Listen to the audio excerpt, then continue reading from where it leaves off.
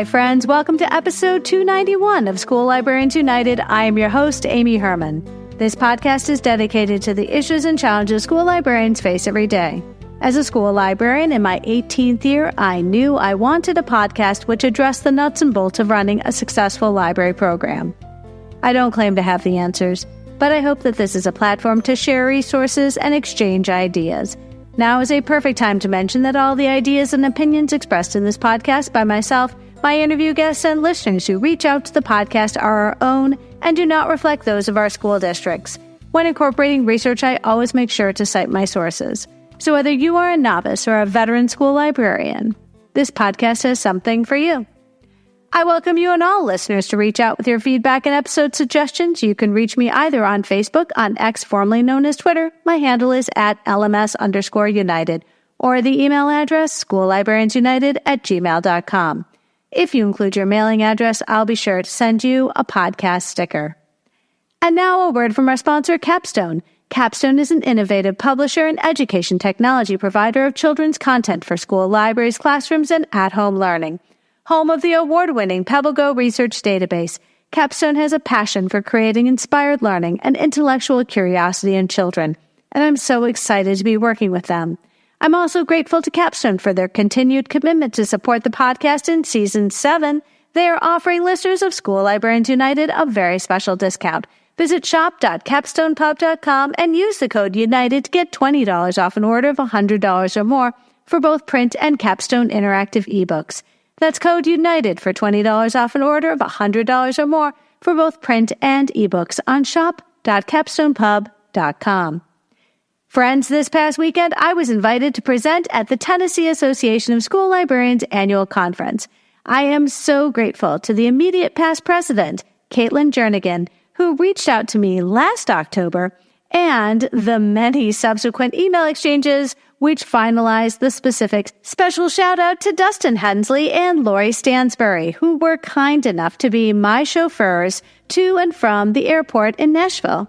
The conference planning committee was so gracious, and I could not have asked for a warmer welcome. I am so glad to have had this opportunity to share with you some of the many wonderful Tennessee school librarians I met this past weekend. And now for today's episode, Spotlight, TASL, and my conversation with the school librarians of Tennessee.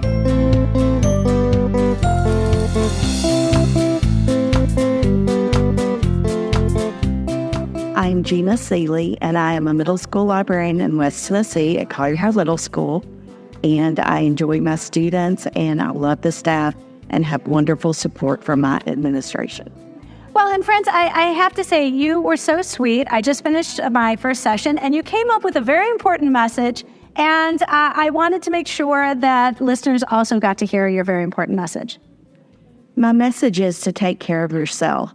We spend most of our careers taking care of others, and I have learned through the journey and the hard way as well to take care of myself. Because if we're not taking care of ourselves as educators and librarians, we cannot give to the students and have what they need when they show up each day. And so it's so vital and so important to find that balance in your career and in your personal life to be able to give, and to also to be able to say to your administrators, I can't do this at this moment for whatever reason. It's not an excuse. It's because you're taking care of yourself. You can do 110 plus, which we all know is what we give each and every day as librarians. So I have to ask, what is something that you do to really provide that balance? I look at my why. My why is my daughters, and my why is my purpose for helping others each day, and not just offering them books, but offering them a safe place to be and come and be themselves. So I have to be my authentic self as well, and that is what I remind myself of. Without being able to do that and taking time to pause and take care of myself, I'm unable to do it. So what gets me there? Gina, I'm so glad that you came and shared with us today, and you're here at this amazing conference. It's been a wonderful opportunity to meet school librarians here in Tennessee. Thank you so much for joining us today. Thank you, and remember, take care of you. Hi, I'm Tyler from Nashville, Tennessee. And tell us a little bit about your library and the programs that you offer. Yeah, so I have worked at a library for the last 6 years, but I'm in a brand new space this year. I came back a little late from maternity leave, and so I'm like really jumping in, starting from scratch. But one thing that I am really focusing on already at the beginning is gaming. So bringing a ton of games in, it brings everybody to the space, especially in a space that not a lot of people used before me. And I'm already seeing a ton of students come in, and all I have so far is Uno, and I have a tic-tac-toe board, and I have Connect 4. But I'm really reaching out to the public library to see how and when they can come in and start a D&D campaign with my kiddos, because I think that is really going to reach some of the kids that are not seen, whether it's through the sports or some of the other bigger things that go on in a school setting. I'm really psyched about that. Well, and I think the fun thing is we got to remember that just bringing the kids into the space, that's the first step. Once you get them in the door, now you have opportunities to hopefully connect with them and find ways to support them. Sometimes it's through books. Sometimes it's through resources that we can provide for them. But, it sounds like you're off to a really great start. How do you plan to grow it? Yeah, so I'm in a spot that is surrounded by a lot of local businesses. It's like a hub of the city, which I'm really lucky to have.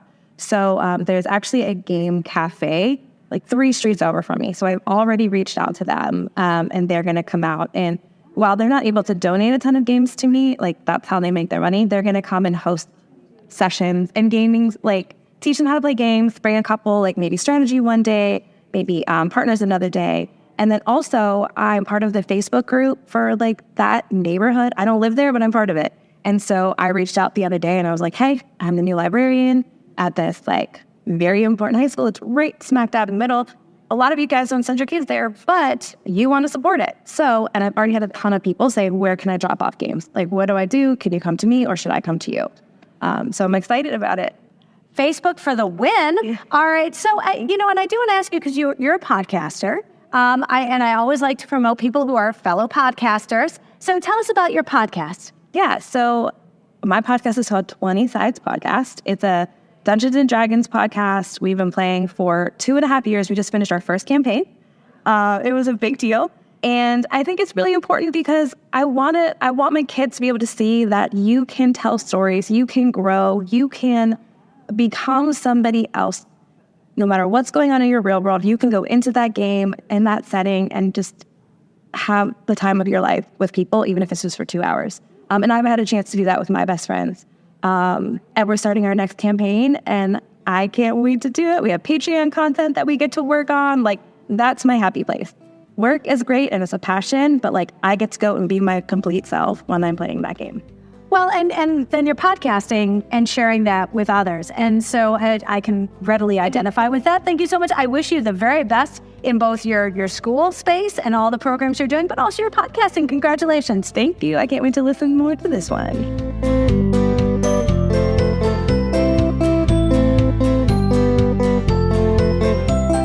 Hi, I'm Rebecca Dickinson, and I'm an elementary school librarian in East Tennessee. Fantastic. So tell us, what do you want to share with listeners today? My best advice for a first-year librarian is to get connected to other librarians. And what would you recommend has been the best way to do that? Coming to conferences. If you can't come to conferences, getting together with the librarians in your district. And if you're the only librarian in your district, getting online and finding Facebook groups and podcasts and things like that. You've been here. This is the last day of the conference. What are some things that you've learned and you want to take back to your school?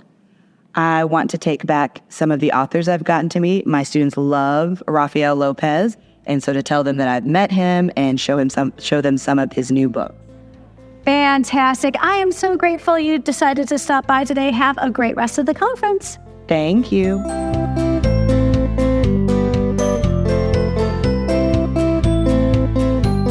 Hi, I'm Nancy Hammonds. I'm a high school librarian. And I would just like to say that the books that my students enjoy the most right now are anything that they find out has been frequently challenged or banned. It piques their interest. They grab that book. They feel it's a privilege to check it out, and they are far more inclined to read it cover to cover. So let me ask you, what do you do to promote this, or how do you make sure your students know where to find those books? Well, of course, we promote Banned Books Week. I like to call it Banned Books Month and make sure that they have plenty of resources. I make sure to curate resources and take advantage of the infographics that ALA has helped provide on that special webpage that I can't think of the name of right now.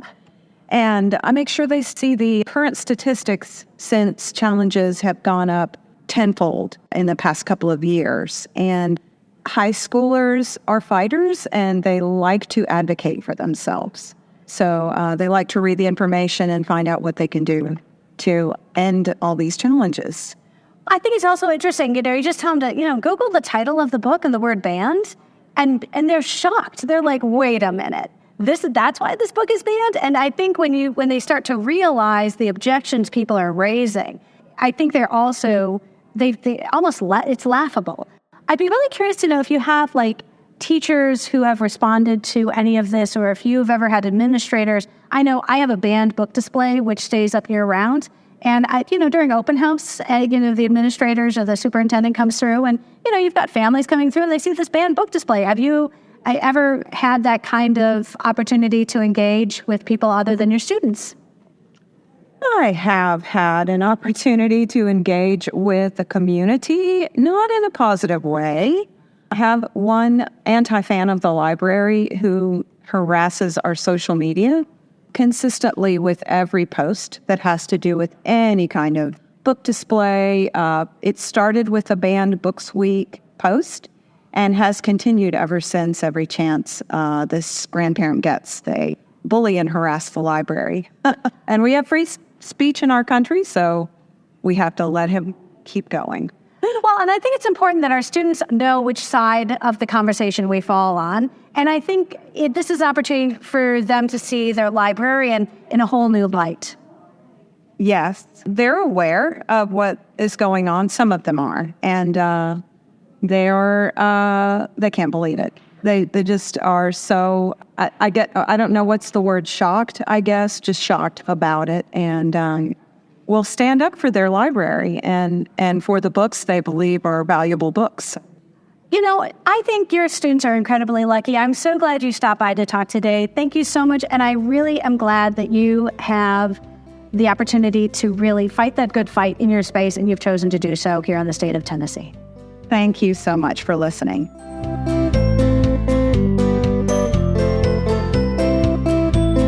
Hi, I'm Chris Reed. I'm an elementary school librarian in East Tennessee. And Chris, what is it you'd like to share with listeners today? Well, I appreciate that you provided prompts for us for this interview. One of them that I came across was, how can we overcome stereotypes in our profession?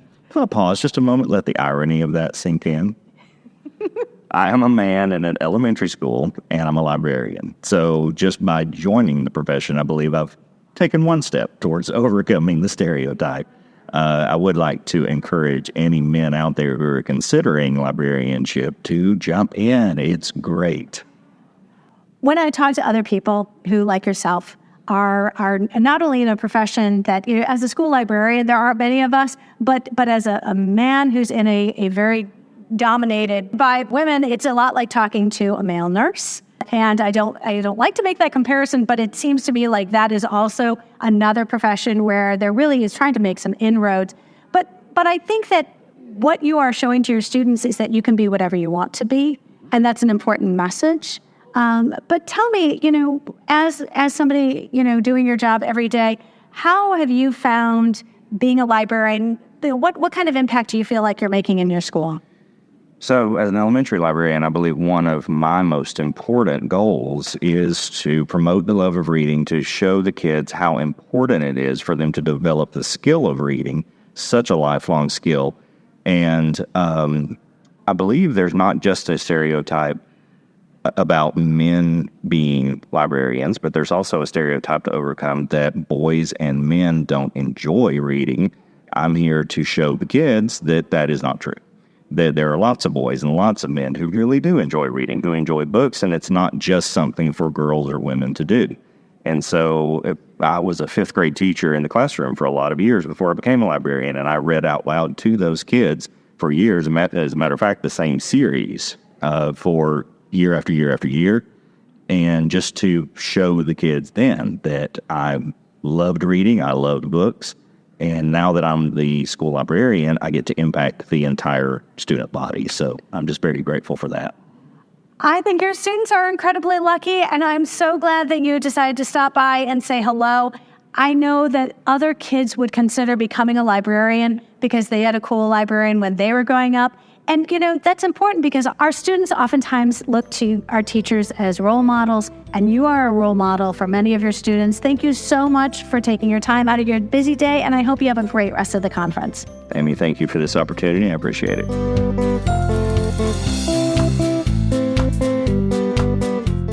Stansbury, my goodness, it's good to see you. Thank you so much for the ride home from the airport yesterday. You are my Uber ride. If I have to be stuck in a car in a rainstorm, during a hurricane, driving from the airport, I'm glad it was you who was at the wheel. It was an interesting drive back to the hotel, and thank you so much for picking me up at the airport last night. I super appreciate you. Had a long day at the conference, and then you came to the airport and got me. I didn't realize how long a drive it was, but I was really glad because we got to catch up. So, Lori, tell me, what do you want to share with listeners today? So first, thank you, Amy, for your podcast. You saved my first 2 years as a librarian, and that's what I want to talk about. Your first year as a librarian, everyone tells you, take it easy, don't change anything, watch the environment, and you should, to a degree, be patient and take a moment to fill your space. But I really want to ask everyone to make their mark. When I was a first-year librarian, I saw a grant opportunity. I thought really hard, what am I passionate about? And because I took a leap of faith, I was able to make a huge impact on my school with teaching bilingual stories, teaching in different languages, getting a $5,000 grant from my library, adding 300 new books into the library with all sorts of multicultural books and bilingual books. And every teacher in that building knew I had a passion for what I was doing. And the next year, I was having teachers I had never met before cheering in the hallway, I've got you for encore this year. And make your mark, be brave, be bold, and you will have such a successful, amazing career. Well, and friends, if you want to hear more from Lori Stansbury, be sure to tune in to her episode that was recorded a couple months ago called World Language Collection. And you did that as a session here. And I'm very grateful because, most of the listeners tuning in right now not only aren't in Tennessee, they're not, anywhere close to being able to attend this amazing conference, but you provided us a sneak peek back in June. So friends, if you haven't listened to Lori Stansbury's episode, World Language Collection, please do. Lori, thank you so much for the ride from the airport, and thank you so much for everything you brought to the conference today. Oh, thank you. It was absolutely my pleasure.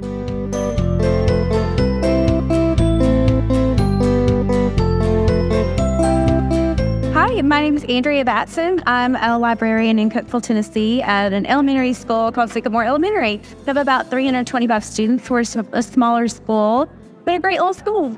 I'm so excited you decided to stop and talk to the podcast. What is it you want to share with listeners today? Well, I've got some really easy, low-tech, passive programming ideas that maybe someone else could benefit from. Our school, we have a growing ELL population, and I'm really trying to help meet those needs. And so this year I was a little bit nervous about our families that are new, who are ELL families. They don't always understand how the library works. And those are the kids that we lose books from. And those are the families who usually can't afford to replace those books. And I don't like them to start off the year in the hole financially or in bad graces with the library in any way. So I actually created a video explaining how the library works. And I had our interpreter be side by side with me. So as I was explaining, this is what a barcode looks like. And I showed them the barcode, and our interpreter explained the barcode. And so, I said, your student will come to the library, check out once a week. Those books have to come back, and explained about a library and said, we want your children to read at home with you every week. And, I said, we have books in Spanish, and I explained we have bilingual books. And so that little video was kind of popped into the classroom. It was used on Parent Square and shared. So when we have new families coming throughout the year, we can share that video, and it's already made. And I was like, that was an easy win. Well, and I think that's a wonderful opportunity, especially when you recognize that you have a population that can really benefit. Yes. But you want to reduce those barriers to access, and making sure that your families can do that. So I love that you were able to do that. It might be that you might have to do this in several different languages looking forward. Maybe so. We've had maybe one or two students who are non-English speakers who speak a different language primarily. It's mostly been Spanish. Well, and I'm really grateful that you shared that, because it definitely makes sure that when people encounter the librarian, it's on a positive note, and it's a good thing. Yeah, absolutely. We want to build that positive relationship. And even going forward, like I partner with our ELL teacher. We've done an ELL night, and she always makes sure that I'm there. We have something that's, an activity for the family. So it's been awesome. I love that. So, Andrea, you are standing here with a napkin. And I'm just going to say right now, friends, who among us hasn't had an inspiration and had to write their ideas down on the closest thing they had, a napkin? They're not song lyrics. Those are all things you want to share. I love this first idea, but do tell what else you have written on your napkin that you were excited to share with school librarians. Okay, you were too kind, because my handwriting is only legible to myself, so I'm the only one who can read this. If you have hallway duty like I do, which is sort of a dreadful something we all have to do, every morning when I'm in the hallway, I always hold a different picture book, because it's like a Milwaukee billboard. And so they see it and they'll say, "Do you have that?" They try to read the title, or they'll say, "I've read that," or "I'm going to come get that book." So I'm a little billboard every morning during hallway duty, and it also turns it into a book conversation. So that's a great opportunity. Oh my gosh. I could seriously, friends, you are just other duties as assigned. Yeah. But instead of resenting it, you were like, an opportunity to raise the visibility of what I do and the importance of who you are, because oftentimes the kids are like, "What are you doing? You're out of the library." Right. And some people don't even think you're allowed out of the library. Yeah. So I love this. So what else is on your napkin? Okay, I have one other thing, and this is with classroom management. So, sorry, we're going to take a little turn. For my littles, like kindergarten and first grade, who sometimes have a, challenge regulating their little emotions during the day, if I tell them I'm going to take their picture, they will do the work. So if they're illustrating a setting, or if they're working with Kiva planks and they're creating something about Native Americans, whatever, if they're kind of sad about whatever's happening, if I say, "You know what, finish that, I'm going to take your picture," it turns the frown upside down. It's so easy. They're used to having their pictures made all the time, and that's a big, surprising motivator. I'm wondering, because obviously these are great things. If you do it right, you can share it out with the community, again, raising the profile of what we do. Yes. But also, if you have a monitor in your library, could you perhaps put a scrolling marquee? I could, and that's a great idea, which I had not thought about that. I've shared on social media, but that would be great, and that actually gives them ownership of the library too. It's their space also. That's awesome. Thank you. Oh, you're very welcome. Thank you so much, and I hope you have a great rest of the conference. Thank you. We are so glad you came to Tennessee. Thank you so much, Amy.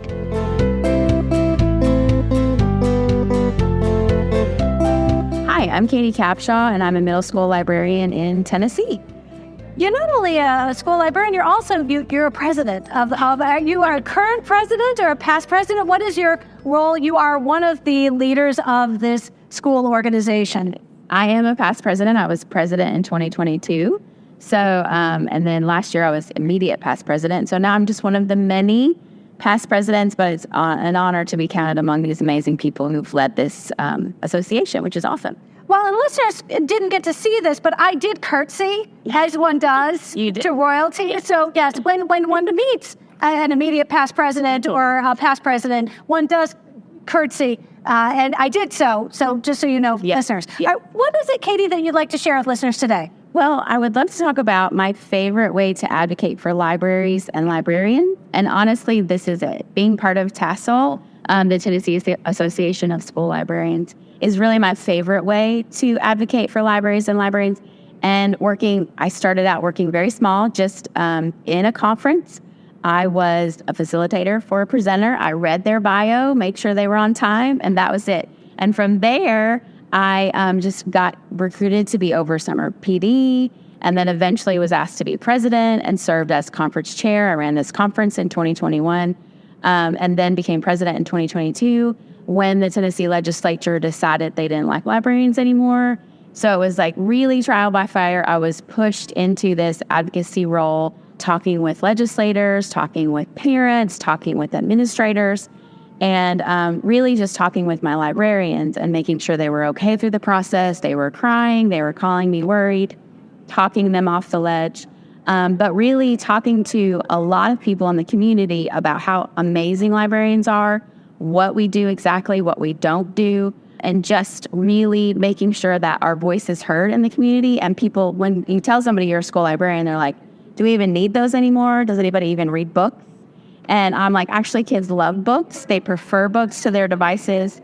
So this is really just being part of your state association, and then ASL and all those things I've helped on committees there too is really my favorite way to advocate for librarians. Katie, you are now past president, and your passion for school libraries is no less diminished. In this chapter of your leadership, what do you see is your role in leading and being one of the leaders here in Tennessee moving forward? I think it's just really important that we make sure that we get to know our legislators and our policymakers, our school board members.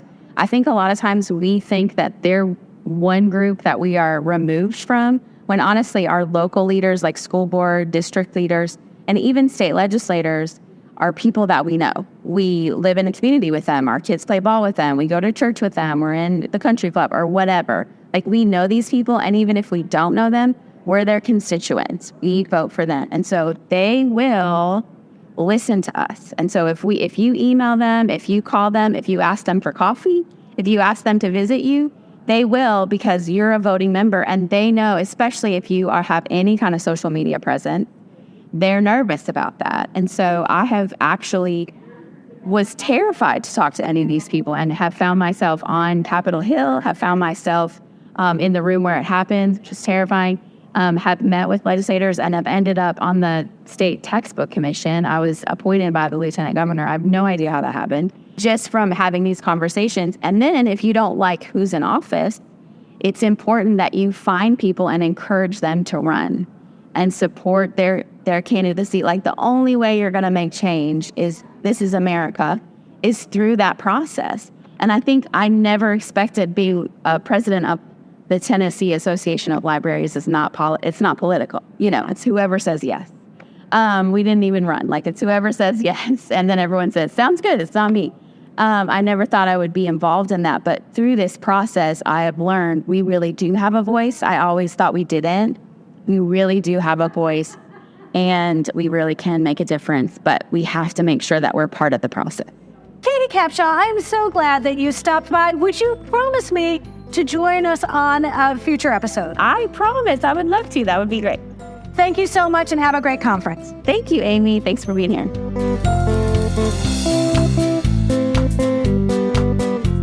Caitlin, I'm so glad to be talking to you in person. You and I have been emailing each other since last October. Yes, our email exchanges, I can date back to the minute I got your email. It made my day. It was in late October of 2023. And I was scrolling through, and I just stopped. It stopped me in my tracks. You invited me to come here and speak at your conference. And I got to tell you, this has been a day I've had on my calendar for an entire year.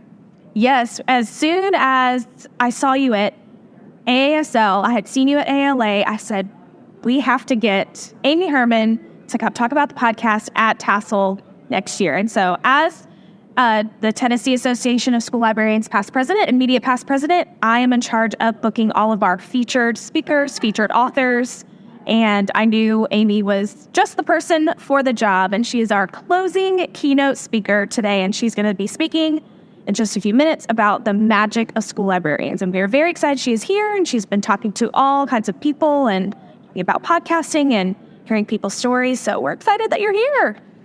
Well, I got to tell you, I'm just grateful to have the invitation, but it is also a decision you made to allow the keynote to be a fellow school librarian. And I know that not everybody saves that opportunity for their keynote. And to me, that speaks volumes about when you want to center the voices of school librarians, so much so that you reserve space for one of your keynotes to be a school librarian, to talk to school librarians. That shows the priority that you've created. We think it's really important to hear from people who know where we've been. They're in our place, they're in the schools, they're on the ground, It's awesome to hear from authors, but they don't always know what it's like every day. So it's really nice to hear from the people who are, fighting the good fight with us. Like last year we had Amanda Jones, friend of the podcast. She was one of our keynote speakers. We've had Mr. Shu, who is an author now, but a previous school librarian. So it's really great to hear from the people that know what we do every day. Well, and those of us who are in the trenches, by day, I'm a school librarian, and as soon as I leave and I go home, I am now the podcaster. I totally agree. So, Caitlin, this is sort of, I sometimes equate planning a librarian conference like planning a wedding. It's that involved. What are you going to do with all your free time? You are still the immediate past president, but what is it you're going to do moving forward? I am not sure yet. So being president of TASL is a 3-year commitment. So you start out as president-elect. And so I planned the conference in 2022. I was president last year, 2023. And now I'm past president this year. And my term ends in December. So I'm still waiting for something to come up because I really enjoy being on the board and being involved in TASL. And so I'm just kind of waiting to figure out what my next step is. But I leave TASL in capable hands. And a job well done. Thank you so much for this invitation. I'm so grateful, and I know that your state is awfully lucky to have a leader like you. Thank you, Amy. Thanks for coming.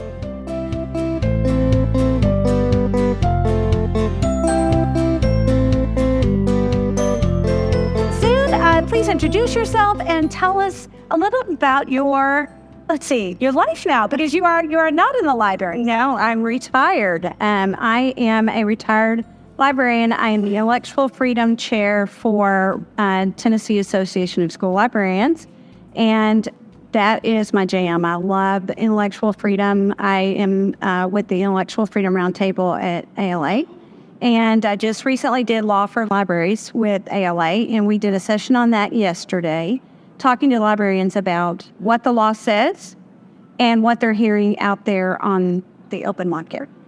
Well, and I know other librarians who are able to go to that conference. It was in Chicago. But the fact is, you are the way that this information makes its way to Tennessee. Can you give listeners an idea of how you have demonstrated this kind of leadership during the year?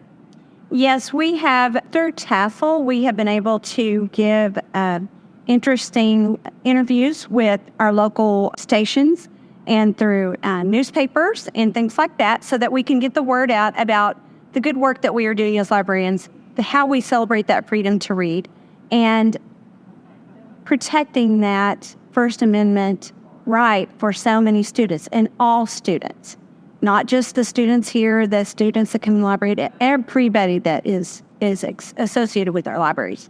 So wait, could you give me a little more detail? You're talking to the radio and local television. This would be reaching not necessarily an audience of school librarians, but the general public. I mean, talk about the value of reaching that audience. Yes, we need to have all of those voices in the conversation. Not only just I went and spoke at a school board meeting 2 weeks ago, but having all of those people understand what librarians do, how we collaborate and curate our collections, who we have as public librarians, public school librarians, and some of us are private school librarians, and that's a little different, but having all of those voices in the conversation. So can I ask, for people tuning in who might be interested in being their state's intellectual freedom chair, can you talk a little bit about how you went about getting that position in the first place? Yes, I just said, hey, I like intellectual freedom, and you need some help with that, so I'll be glad to help on that committee. What can I do? And lo and behold, here I am, 5 years later. But when you do what you do so well, I don't think anybody wants you to leave anytime soon. And forgive me, as somebody who's retired, you might have some flexibility in your schedule, am I right? Super flexibility in my schedule, in my voice, because I am able to speak and advocate for librarians that might not otherwise feel the ability to do so. So I tell their stories, as well as the stories of my students, former students, students that share with me, people that share with me, just represent all voices that I know to be in the libraries and associated with the libraries. Well, and I love this because you're right. As a retired person, that means you aren't concerned about losing your job anytime soon. And I know, while that is a reality for so many of us, that we do not want to do anything to jeopardize our jobs, tagging and bringing those leaders who are retired members of our community in, that's still such an important, vital role that you support as a leader in your school profession. Absolutely. And not only that, but we are able to reach and bridge to our advocates that are not just necessarily in the libraries, but like we are associated with Ed Trust Tennessee. Well, they talk about curriculum issues and other types of things like that. And other community members were able to amplify that voice, not just through our own organization, but other organizations, and work with them to reciprocate. Well, and the word is, I think I'm getting this right, coalition building. Mm-hmm. So Zan is talking about a coalition building because we, friends, as librarians, as school librarians, we are not alone. Mm-hmm. That is correct. And we are one voice, but when we join, we're many voices, and we're all saying the same thing. And that First Amendment right goes across the bridge, not just at school, but in our communities and in our nation. Zan, I know that you are highly valued by every school librarian and librarian in the state of Tennessee. Thank you so much for talking with us today. Thank you, Amy. Thank you so much.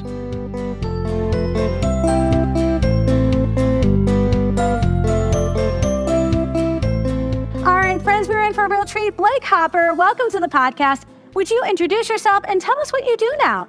So I'm a recovering school librarian. I'm now a middle school assistant principal. I didn't leave library world because I didn't like it. It was just a good opportunity for me to move up, and I feel like I can advocate for school librarians another way. You've been on the show twice, and I'm so grateful. And I'm hoping at some point we will have an opportunity to do a deeper conversation into your role as an administrator. So let me ask, you come at this, once a librarian, always a librarian. You are spending this time with school librarians because it's an important conference to attend. As an administrator, can I ask, do you ever have opportunities to advocate for the role in your administrative circles? In small ways, because when I'm in meetings, I'll have looks of like, what can we do for the librarians, or how can we do the databases for librarians? So in different ways, I do. I love that. So let me ask you, when you, as an assistant principal, when you are with your students, you obviously are a role model to them. You've been a school librarian. What can you share with us that how has your job as an assistant principal been in some way enhanced because you spent time as a school librarian? That was part of your journey in becoming an administrator. So I was a classroom teacher first, school librarian, so I can bring the aspect of related arts teachers to the table. My principal never really had thought about different things, so when we're going through planning stages and all that, I can say, oh, what about this, or what about that, to make sure everyone's feeling included. I advocate for band, music, PE, all the different things, not just librarians, so it brings that aspect, that lens to my job. Absolutely. Now, you've taken a couple of days off to be surrounded by these school librarians, and I know that you love being an assistant principal.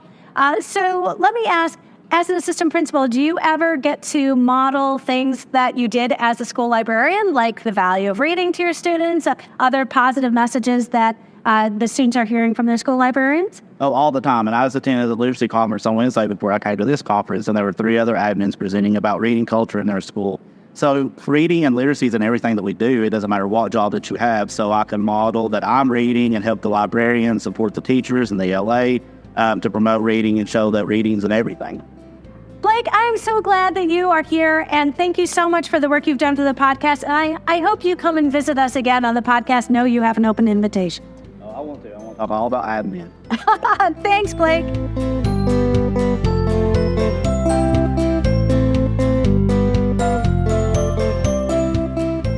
Hi, I'm Lindsay Kimmery, and I'm Coordinator of Library Services for Metro Nashville Public Schools. So I support 130 librarians and 40 library clerks. Wow. So you have obviously a lot of people that you are trying to support at the same time, and that it can be a daunting task. Can you give anybody an idea of what does a typical day look like for you? So I come in with what I think I'm going to do that day, and it often changes very quickly within the first 5 minutes. So sometimes, a librarian may be having a very difficult day. The principal has upended their day with some news that, you have to close the library today. You had 5 classes planned, but we have a district meeting coming in. And so sometimes it is being a listener. Sometimes it is thought partnering to help diffuse a situation that has happened. Sometimes it is going out to provide some hands-on support or to observe a situation. So there are things that I plan to do that day, but it often changes. Well, and you're an advocate for all of the school librarian staff that you work with and oversee. I imagine that has to feel empowering. It would be a very different situation if I had an ally in my district who wanted to support me in whatever it is, fill in the blank. Absolutely. I love being their ally and advocate. I'm very passionate about the role that school librarians play. They're very important and very vital to the schools, and I think often underappreciated and undervalued and not seen for all of their contributions. And so while I'm on their side, it's also important for me to help find the compromise, because their administrator sometimes needs one thing and they want the other, but there's always a place where we can meet in the middle. So helping build bridges, I think, is important sometimes too, because I want there to be school librarians in our schools. And because without them, our students wouldn't benefit. So yeah, I have my ear to the ground on what the librarians need. I try to have my ear to the ground on what the administrators, the district leaders need, so that I can help create the vision for our school district. So I'm really curious, because I'm going to ask, do you have opportunities to meet with your librarians in smaller groups? And I'd be curious to know, because there are district coordinators who are also tuning in right now, like you. They had been school librarians. They now are they're now in a more of a supervisory role. What can you tell them in terms of how you have found ways to best support those groups, say, as they break down your high school librarians, your middle school, your elementary, your paras? So we always do professional development at least twice a year all together. One day is in person, one day is virtual. Every week we have office hours. So week A, it's in the morning. Week B, it's in the afternoon. So depending on your schedule, join what is best for you. Our tier levels also use Microsoft Teams and have a chat going all day. So they help themselves as well and answer, each other's questions. And then another outlet we have is through our School Witchy group as a way to mine the collective knowledge of the group and support each other. Then we have a few other additional opportunities for librarians, like we have mentors and mentees. And so we will have a mentor-mentee day where we come together and learn together and support each other. And then we have instructional leader team. And this group is coming together to write exemplar lesson plans to help especially our new librarians, or maybe someone who is new to library instruction, see what excellent instruction looks like. They help set the vision as well. I rely on their input to help me know what our librarians really need going forward. Lindsay, I'm so glad that you took some time out of your busy day to come and share with us. Let me ask you, as a district coordinator, what is something that you are taking back to your team because you were able to spend some time surrounded by school librarians this weekend? I'm taking your podcast back because we're going to add that as some asynchronous PD for our librarians. We're going to put that out there for them to do and make a way for them to get credit for that. Music to my ears. Thank you so much, and I hope you have a great rest of the conference. Thank you.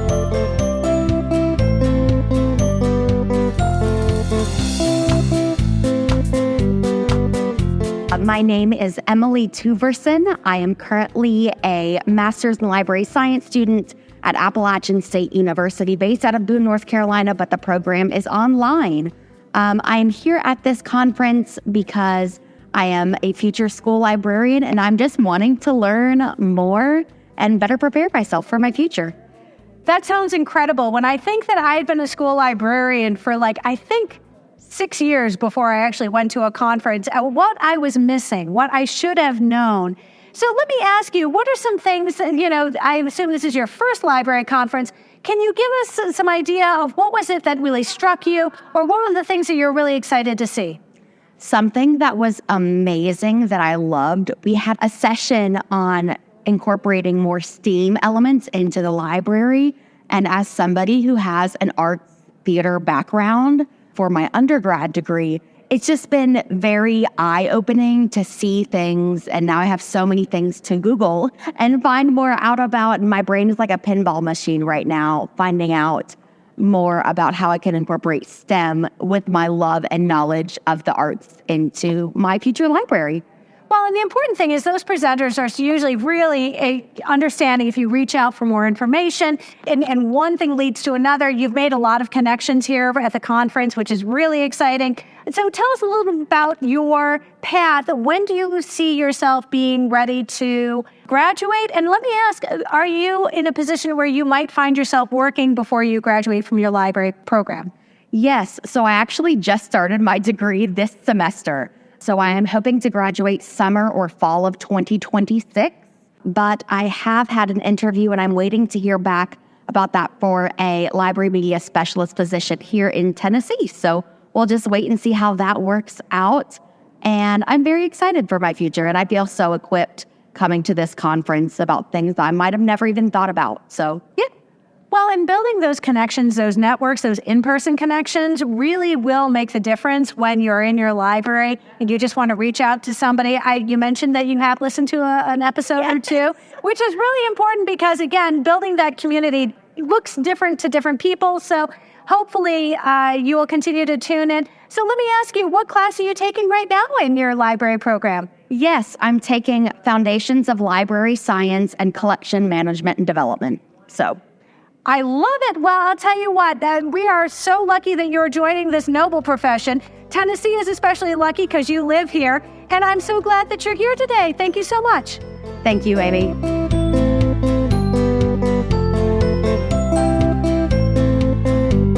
We're heading to the Nashville airport right now, and my Uber driver also happens to be a school librarian, and he is Dustin Hensley, the current president of the Tennessee Association of School Librarians, and I'm so lucky to be able to have this conversation. In fairness, we are also both strapped in and driving a moving vehicle, so he can't go anywhere.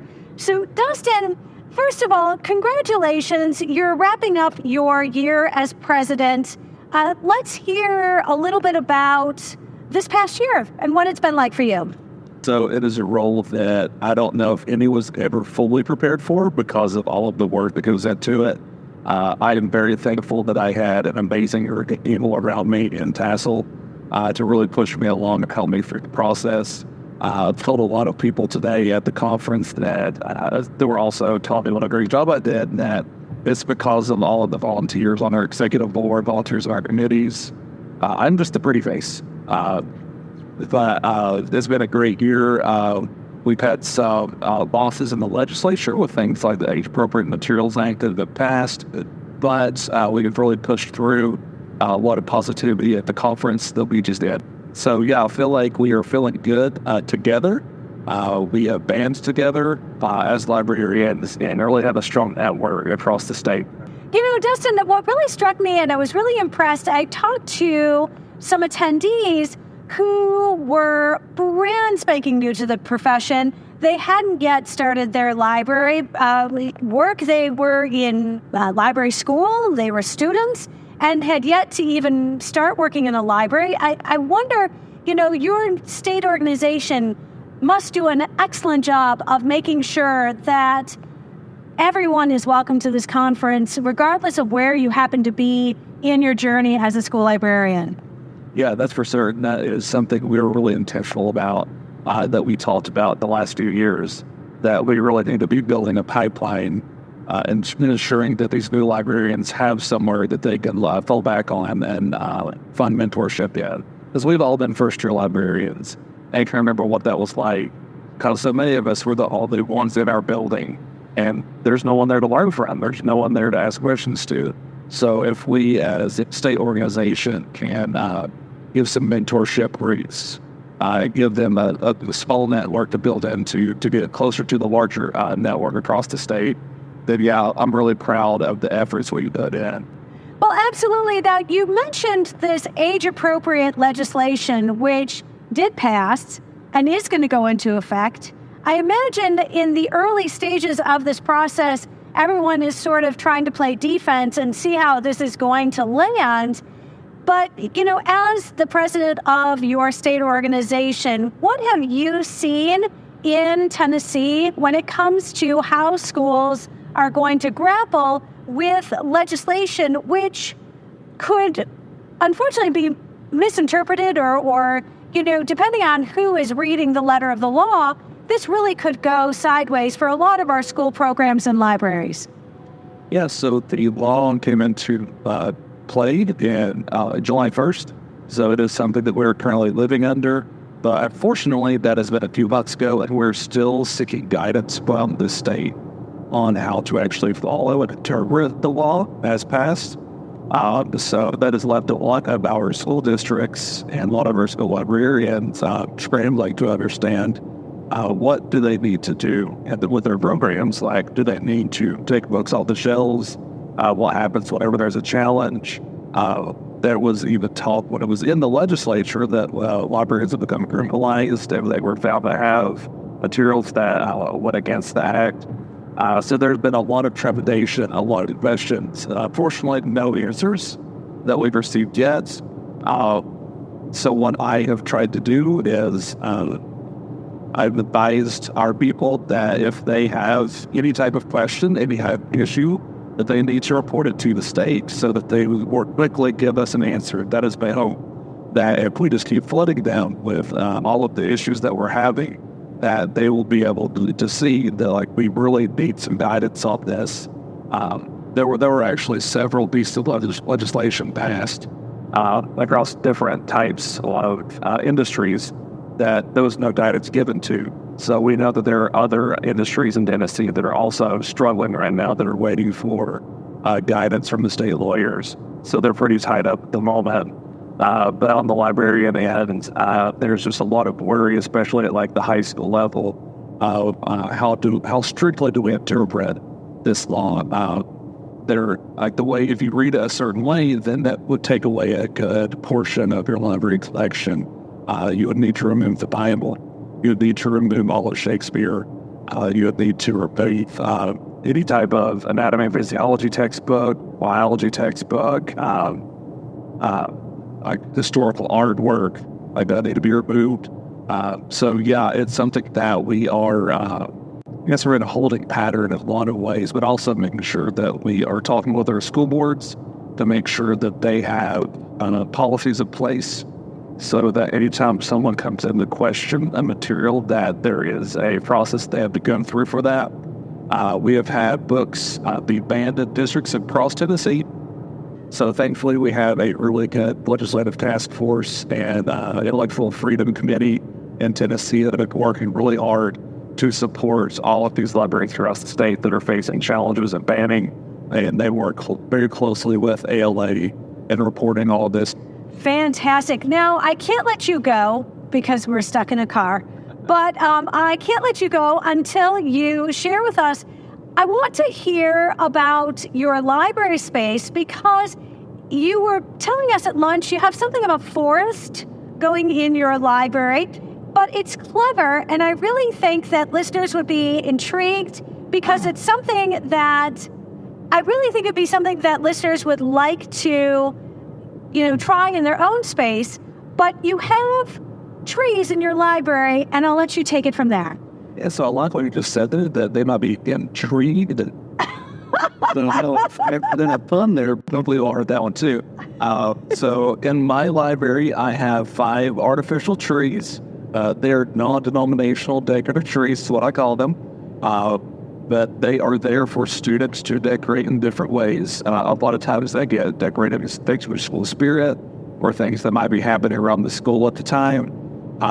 They have one that often is a poetry. So we'll have different poets. A lot of times Edgar Allan Poe was on the tree. We have a black tree that often is there for Halloween. That might be because of my influence, because I very much love Halloween. But I really like having the tree fair as a space for student voice. And I'm very intentional about making sure that everyone knows that they're non-denominational decorative trees, because I don't want any student who might not be of a certain religion to feel like it's not for them. But yeah, it's been a really fun way to get students involved in creating something. So it's something I've been doing, I guess, now for 10 years in my career in school. So I've always enjoyed it. All the students throughout the years and I wanted to be involved with it. And they've always had their different types of flair to come into it. So it's always different from, well, it's honestly year to year, but really from season to season and what they want to do with it, and like what students are acting as library assistants that semester. I love that. So, Dustin, thank you so much, and I appreciate you and everything you've been able to do to make it possible for your school librarians to thrive, and also for letting me to join a little bit of this today. Yeah, well, thank you so much for having me on the podcast. Again, I didn't have much to do with that. I couldn't really escape it. There's just a microphone in my face as I'm watching the road. So we're being very safe, just letting everyone know. But I hope that you all will really enjoy this episode of all of the Tennessee librarians. We have amazing people all across our state. Our theme this year was all about the magic of school libraries. And I know that every day that the school librarians across the world really are opening up so many different avenues for exploration for students. And truly thankful that we get to see that through podcasts like this. Thanks, Dustin. Friends, if you found this episode helpful, please share it out with your team, your PLN, and on social media. Be sure to follow on your favorite podcatcher so you'll never miss an episode. And if you really like listening today, consider leaving a review wherever you listen to podcasts. Reviews help others find us.